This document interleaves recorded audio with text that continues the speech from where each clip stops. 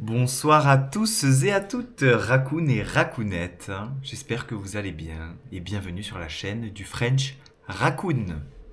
Aujourd'hui, nouvelle vidéo, pourquoi le désir disparaît chez les femmes en couple. Voilà.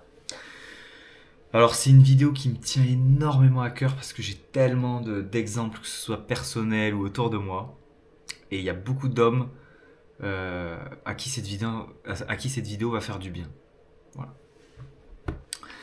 Euh, alors je me rends compte qu'autour de moi, j'ai beaucoup d'amis en couple qui, euh, qui ont des problèmes de fréquence de relations sexuelles avec leur partenaire. Voilà. Pour la plupart, ils sont frustrés. Quand je dis pour la plupart, ça représente, je vais dire 70%, et je suis gentil quand je dis 70%, voilà. Donc bien sûr, ça s'applique pas à tout le monde, hein. C'est des tendances. Comme je l'ai dit dans chaque vidéo, sur tous les sujets, on ne peut pas faire du cas par cas. Vous, dans votre couple, vous êtes peut-être épanoui, etc., etc. Et tant mieux pour vous. Mais je peux vous assurer qu'il y a des tendances et qu'il y a des schémas répétitifs, très répétitifs. Et, euh, et voilà, si vous êtes en couple, si vous l'avez été, etc., vous allez très vite comprendre de quoi je veux parler. Voilà. Donc, on a essayé d'en parler un petit peu avec mes potes. Et j'ai un pote qui m'a fait une remarque hyper pertinente. Il m'a dit non, mais franchement, le mec il traîne avec son vieux slibard, etc. Voilà, tu sais, vraiment l'image du bof qui traîne, etc. sur le canapé, mal habillé, qui se laisse aller physiquement, etc. Euh, mais bon, la plupart des gens que je fréquente, que ce soit même dans le milieu de la nuit ou dans mes potes, etc., ils sont sportifs, ils sont assez bien. Enfin, on n'est pas. Je suis dans une tranche d'âge voilà, qui n'est pas. Voilà, nos corps sont pas encore usés par les choses, bien qu'il y a des jeunes qui peuvent avoir des corps vraiment disgracieux. Mais non, je me suis dit, bon, ok, je l'entends et tout, peut-être il peut mal s'habiller, mal ce truc, se laisser aller, etc. et tout. Bon, ok, ça peut être. Pourquoi pas, pourquoi pas. Euh, Aussi, est-ce qu'il l'a satisfait? Est-ce qu'il l'a satisfait? Est-ce que à chaque fois, elle va jusqu'au bout du truc, voilà. Donc il y a ça. Et puis, donc on débat, etc. J'ai eu ce débat avec plein de monde. Enfin, c'est même pas des débats, c'est des discussions en fait, hein. On essaye de trouver le pourquoi du comment, pourquoi les hommes en règle générale ont beaucoup plus envie sur la durée que les femmes. Si vous êtes en couple depuis moins de 3 ans, franchement, ça compte pas. Enfin, allez, de moins de 2 ans, moins de voilà, 2 ans, parce que au début, voilà, vous savez très bien comment c'est le désir, c'est fou, ces trucs-là, et puis après, ça redescend. C'est l'homme qui est comme ça, hein. Quand je dis l'homme, c'est les hommes et les femmes. Mais c'est vrai que souvent, il y a énormément de frustration du côté masculin. Donc, c'est problématique. Et en fait, on se dit que, bon, alors, si on fait tout bien, on a un beau corps, on s'entretient à la salle, etc. On est un minimum musclé.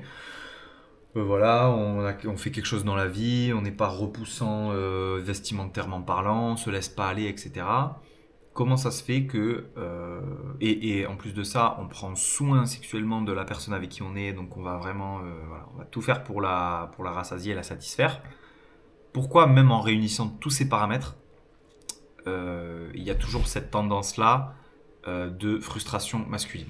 Voilà. C'est vraiment un sujet, je pense, qui fait du mal à beaucoup d'hommes parce que il y a eu des études d'ailleurs qui ont été menées sur le fait du rejet, sur le rejet de la femme euh, par rapport à son homme sur un rapport, comme quoi l'homme était beaucoup plus sensible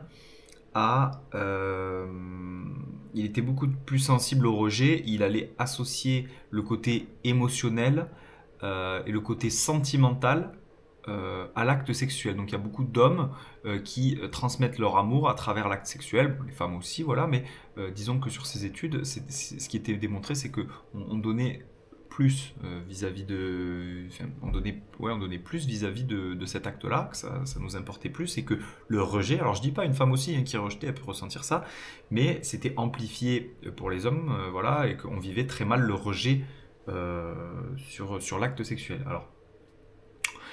Euh, alors du coup, comme je vous l'ai dit, j'ai essayé d'étudier tous les facteurs, on se laisse aller, etc. on est un couple heureux et stable, donc au final ça tue le désir et la femme, mais du coup elle a plus ce truc de mystère et de nouveauté. Mais pour l'homme c'est pareil en fin de compte. Mais peut-être que la femme a besoin d'un peu plus de ça, besoin encore plus de mystère, de nouveauté, c'est ce qui l'excitait au début et qui ne l'excite plus maintenant. Après bon, il peut y avoir le stress du boulot, etc. Mais ça, franchement, c'est pareil chez l'un et chez l'autre. La routine sexuelle, c'est pareil chez l'un et chez l'autre. Donc en fait, je me dis franchement, c'est assez compliqué.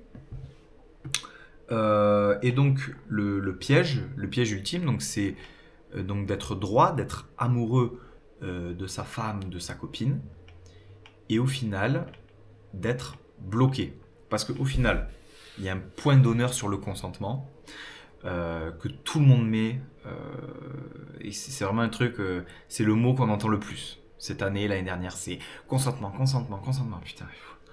Et je sais des valeurs, moi aussi, oui, consentement, c'est le b.a.-ba, tu vois, mais putain, on matraque, on matraque, on matraque, c'est des mots qui me... Voilà. Là, il y a des meufs qui vont me dire, oui, mais si on le matraque autant, c'est qu'il y a besoin. Oui, enfin, quand même, hein, tranquille, tranquille. Faut doser un petit peu. Moi, je vais vous dire le problème d'un homme stable, sérieux, sportif, ce que vous voulez, etc., qui n'est pas comblé sexuellement, ce que ça va entraîner. Donc, bien sûr, de la frustration, premièrement. Donc, vous allez manger un rejet, deux rejets. Mettons, vous imaginez votre fréquence, c'est, je vais dire, c'est une fois par jour. Allez, c'est 4 fois par semaine, tu vois. Il y en a qui vont me dire, oh putain, une fois par jour, c'est énorme, et tout, etc. Peu importe, peu importe. Allez, tu sais quoi, on va prendre une fois par jour. L'homme, il a besoin de une fois par jour. La femme, mettons, imaginez, elle a besoin que de 2 fois par semaine. Ou une fois par semaine. Voilà. Est-ce que vous vous rendez compte la situation dans laquelle l'homme, il va être, à l'intérieur de lui, il va péter les plombs. Il va péter les plombs.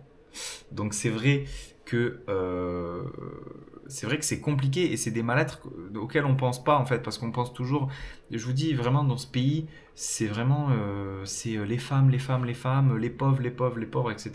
Et bien sûr, comme je l'ai dit dans la précédente vidéo, il y a plein de trucs où je suis complètement d'accord, hein, il n'y a aucun problème, mais ne délaissez pas les problématiques masculines, parce qu'il y en a, et de la souffrance, il y en a des deux côtés, elle est juste beaucoup plus discrète. Et c'est important d'avoir des petites chaînes comme ça indépendantes pour en parler. Voilà, moi je suis ennemi avec personne, je suis pas masculiniste ou je sais pas quoi, je m'en tape vraiment. Je suis très libre, très libéral. Et moi voilà, je suis juste là pour pointer certaines situations. Et là en l'occurrence, donc, le mec il est amoureux, 6 mois ça se passait bien, et puis après un an et demi, il voit que il y a vraiment le désir qui baisse du côté de madame. Et alors là, c'est délicat. Pourquoi c'est délicat? Parce qu'on se doit fidélité. Voilà. C'est dans la plupart des relations exclusives, c'est ce qu'on se dit. On se doit fidélité. Et on se doit respect. Et par définition, par corrélation, on se doit d'être consentant sur un acte. Mais alors maintenant, ça fait 2 ans, je suis avec quelqu'un, je l'aime, j'ai envie de lui transmettre mon amour à travers un acte. Elle le refuse. Ok, elle refuse une fois, mal à la tête, mal à truc, 2 fois, 3 fois, 4 fois, 5 fois. Là, il va y avoir quelque chose compliqué à l'intérieur de nous-mêmes, qui est très blessant. Et qu'est-ce qu'il peut y avoir d'autre? Donc il peut y avoir ce sentiment-là d'être piégé. Parce que on ne peut pas aller voir ailleurs, parce que sinon on va passer pour un salaud. Voilà. Tu m'as trompé, tu es un salaud.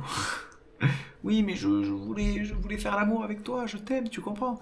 Oui, mais j'ai pas envie, tu comprends? Je vais pas me forcer quand même.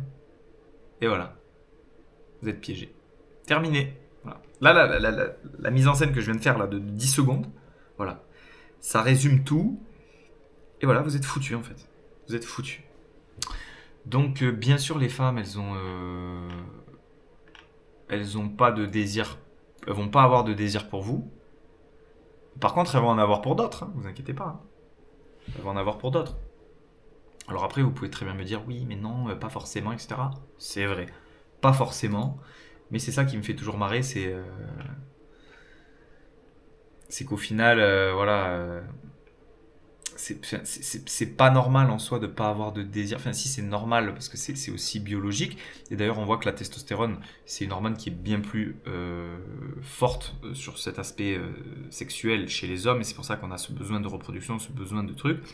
Que les femmes, bien sûr, elles sont gérées par les œstrogènes. Elles ont aussi une petite part de testostérone, mais elles sont gérées par les œstrogènes.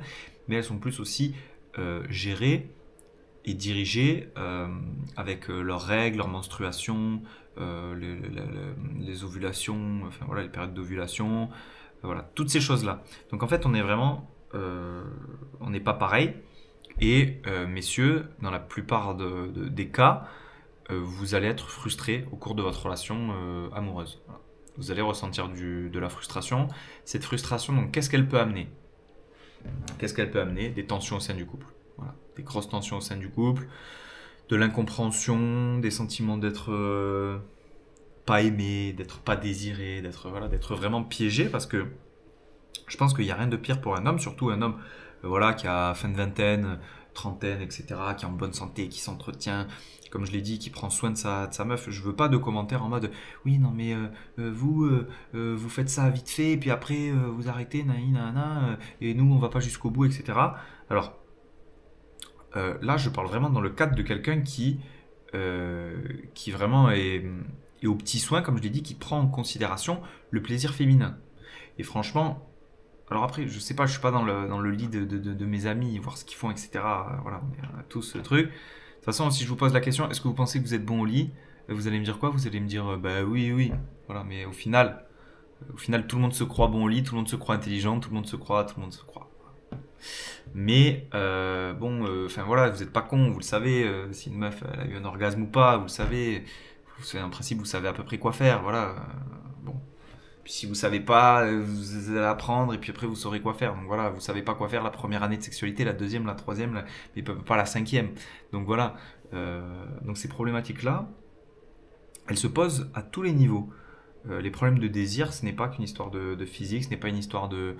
Voilà, c'est comme ça, c'est naturel et malheureusement, c'est triste. C'est triste et l'homme, il se retrouve bloqué. Voilà. Parce que qu'est-ce que vous allez lui dire à votre meuf qui n'a pas envie, d'avoir un rapport avec vous? Allez, s'il te plaît. Ben non, non, c'est non. Mais oui, mais d'un côté, moi je la comprends, elle n'a pas envie, donc j'ai pas envie de la forcer. Parce que si elle n'a pas envie de m'avoir, jamais de la vie je vais forcer, tu vois ce que je veux dire? Parce que je sais qu'elle va pas y mettre du sien, rien que de ça, genre je vais pas quémander du sexe, tu vois, c'est dégueulasse. Et d'un autre côté, si t'es un beau jeune homme, entre guillemets, tu vas sortir boire un verre le vendredi, et tu vas voir des femmes qui vont te tourner autour et qui vont te regarder avec un appétit, avec un désir, avec des yeux que ta propre femme ne te regarde pas. Alors que tu l'aimes et que tu es prêt à tout lui donner, mais voilà. Et cette femme-là, il va falloir lui dire non, je suis désolé, écoute, j'ai ma femme à la maison, elle veut plus rien faire avec moi, on baise une fois par semaine. Franchement, je suis désolé, je dois rester fidèle parce que sinon je vais passer pour un salaud. Ben oui, t'es un salaud.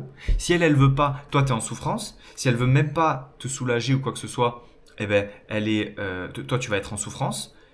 Mais elle s'en fout parce que elle fait passer son consentement avant la souffrance, tu vois. Donc elle va pas se dire bon ben on va trouver des solutions, on va truc, etc.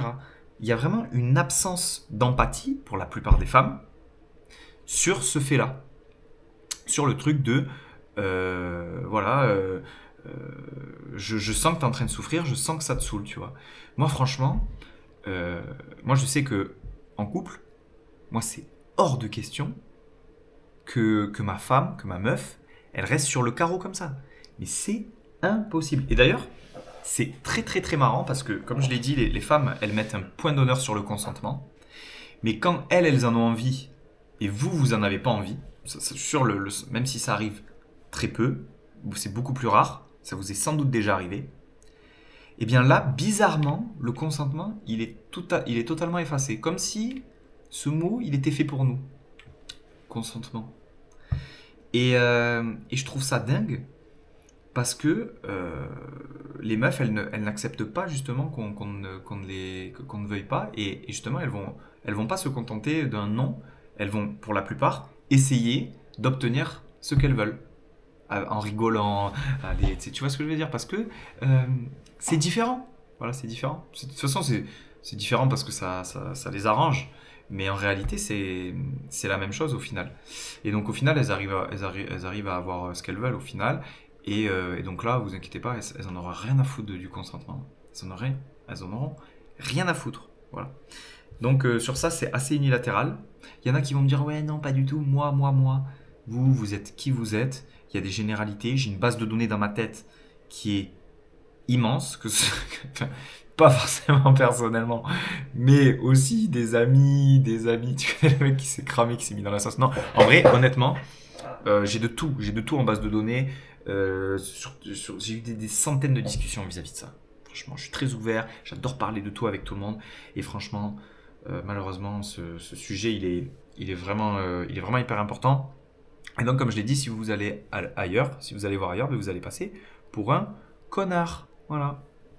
Parce que ben, elle n'arrivera pas à se mettre à votre place et ressentir cette empathie-là. Et donc voilà, donc comment faire? En fait, comment faire? Quand t'es un mec bien de ça, comment faire? Tu vois, et je pense qu'il y a de plus dur, c'est d'avoir des femmes qui te désirent autour de toi et devoir leur dire non, mais pas en leur disant non, en te disant vas-y, moi j'ai une femme à la maison qui s'occupe vraiment bien de moi, etc.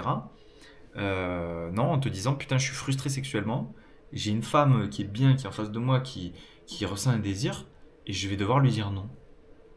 C'est épouvantable, c'est une prison, mais vous vous rendez pas compte. Je suis sûr, il y en a déjà qui en ont vécu. Si vous êtes resté en couple longtemps, il y en a beaucoup qui ont vécu ça. Mais c'est sûr, mais c'est terrifiant. C'est pas dans toutes les relations, hein, comme je l'ai dit, toutes les relations sont différentes, mais voilà, il y a des tendances. Et donc, moi, comme je l'ai dit, euh, moi en fait, j'ai même pas ce truc-là de consentement ou pas. Moi, si ma femme, elle a envie, moi, vu que je sais ce que ça procure de prendre un refus, si c'est un refus une fois, deux fois, on s'en fout, mais quand c'est des refus, etc., ça peut faire mal, même une seule fois, ça peut faire mal. Mais en fait, je sais ce que ça procure, je sais ce que ça fait. Et donc, je me dis, mais moi, il est hors de question que je la laisse en souffrance, que je la laisse en désir, que je la laisse en truc avec, tu vois, je sens que ça grouille dans son ventre, tu vois, genre, j'aurais la du désir, genre, moi, enfin, tu vois ce que je veux dire, je me vois pas, même si j'ai pas envie, tu vois, je me vois pas la laisser sur le carreau, en fait, tu vois. Franchement, hein. Et donc voilà, après c'est juste ma vision des choses. C'est juste ma vision des choses, mais voilà, je trouve que sur ça c'est pas tout à fait équitable et c'est un petit peu chiant. Euh, la plupart des gens que je connais autour de moi, et même en discutant avec des femmes, hein, moi je suis dans le milieu de la nuit, j'étais dans l'immobilier, j'étais dans le truc, j'ai eu des discussions avec tellement de gens et puis je rentre très facilement dans la vie des gens, je parle très facilement et franchement, voilà, me dites pas moi c'est comme ci, moi c'est comme ça, comme je vous l'ai dit. Franchement, les tendances, elles sont comme ça, c'est binaire. Là, franchement, c'est binaire. Donc voilà. Comment faire pour résoudre ce problème? Est-ce que vraiment on peut rester fidèle à une femme toute sa vie? Après, c'est pareil pour les femmes, hein. C'est-à-dire que je pense qu'il y a des femmes qui sont dans le même cas, c'est-à-dire qui sont plus demandeuses que les hommes. Ça existe. Voilà. Mais ouais, est-ce que c'est vraiment possible de rester, d'avoir un partenaire sexuel toute sa vie, entre guillemets, ou même sur 10 ans ou 20 ans, sur des très longues périodes? Parce que voilà, l'être humain, je pense pas qu'il soit conçu pour rester fidèle comme ça. Il se sent. Vous savez, cette sensation quand tu sors d'une très longue relation, t'as ce renouveau de liberté, de désir, de. En fait, c'est là où tu t'aperçois que t'en es vraiment des animaux, hein. C'est vraiment où tu te dis, ah voilà, là je suis libre, etc. Là maintenant je suis alerte de toutes les sensations. C'est comme si le couple des fois pouvait anesthésier, voilà, hein. Donc, euh, donc dites-moi ce que vous en pensez. Je pense avoir fait le tour. Y a-t-il des solutions, honnêtement? Est-ce qu'on peut trouver des compromis? Parce que c'est très compliqué, hein. Quand on se retrouve là, puis qu'on est demandeur, etc., et qu'au final l'autre elle se braque, etc., plus tu demandes, moins t'auras. Et puis après, tu es dans un cercle où en fait c'est foutu, hein. Et puis voilà. Donc dites-moi ce que vous en pensez, mes petits raccoons. J'espère que cette vidéo vous aura plu. Et je vous souhaite une bonne soirée. Bye bye.